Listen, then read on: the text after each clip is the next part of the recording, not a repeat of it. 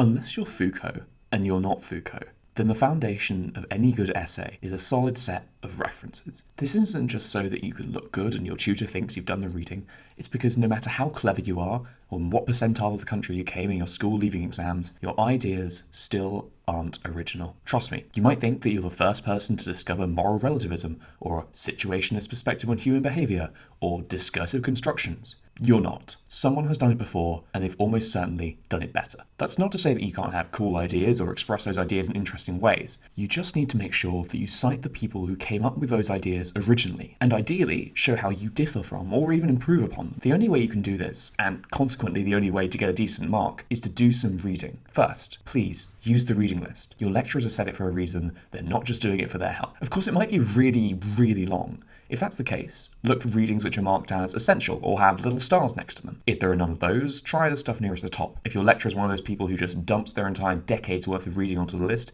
it's a good bet that the most relevant stuff comes first. If it's in alphabetical order, then I pity you. But you might be best off emailing your course organiser and asking where they think you should start, unless there's some indication in the lecture slides as to which authors are the most important, and there should be. Otherwise it's a really odd set of lectures. Then, read a few of the things you've picked out. Done that? Good. Read some more. If the reading list is short, you'll need to go beyond it. Look through the reference lists of the papers and the books you've just read. See where their ideas came from. Mark out a few of the readings that look promising. If it's a book, don't read the whole thing. It's a waste of your time. You won't remember any of it, it will drain all of your energy, and you only get one reference and one viewpoint out of it. Read the intro and read the conclusion so you get the gist of their argument. Pick a chapter from the contents page which looks like it's relevant to your essay. Read that. Find relevant references and follow them up. If it's an article, read the abstract first. If it looks like it's relevant, read it. If not, don't waste your time and energy reading it and then rewarding yourself with a Twix. There's a difference between reading to understand the topic and reading that you plan to reference. It is totally fine to use Wikipedia and lecture notes and so on to familiarise yourself with the key arguments and concepts. If you cite them though,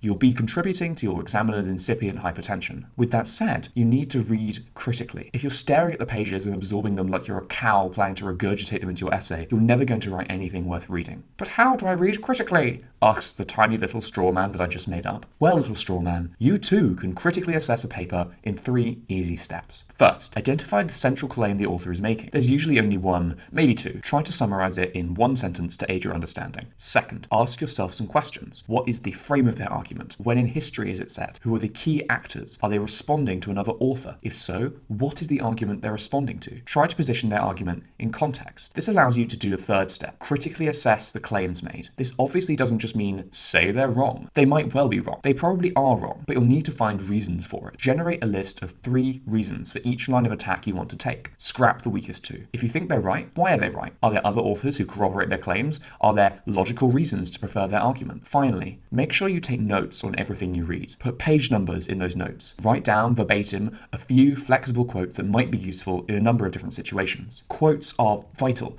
to make it look to your examiner like you actually read the text, rather than just picking a page at random and hoping that it happens to contain the relevant argument, or that your examiner just hasn't read the literature either. You don't want to get penalised because you didn't reference your readings properly after you put in all that effort to make sure your arguments are founded in the literature. In summary, use the reading list, go beyond the reading list, read to understand, and then read to write. Don't read books cover to cover. Use bibliographies to find more readings, read critically, and make notes of quotes as you go along.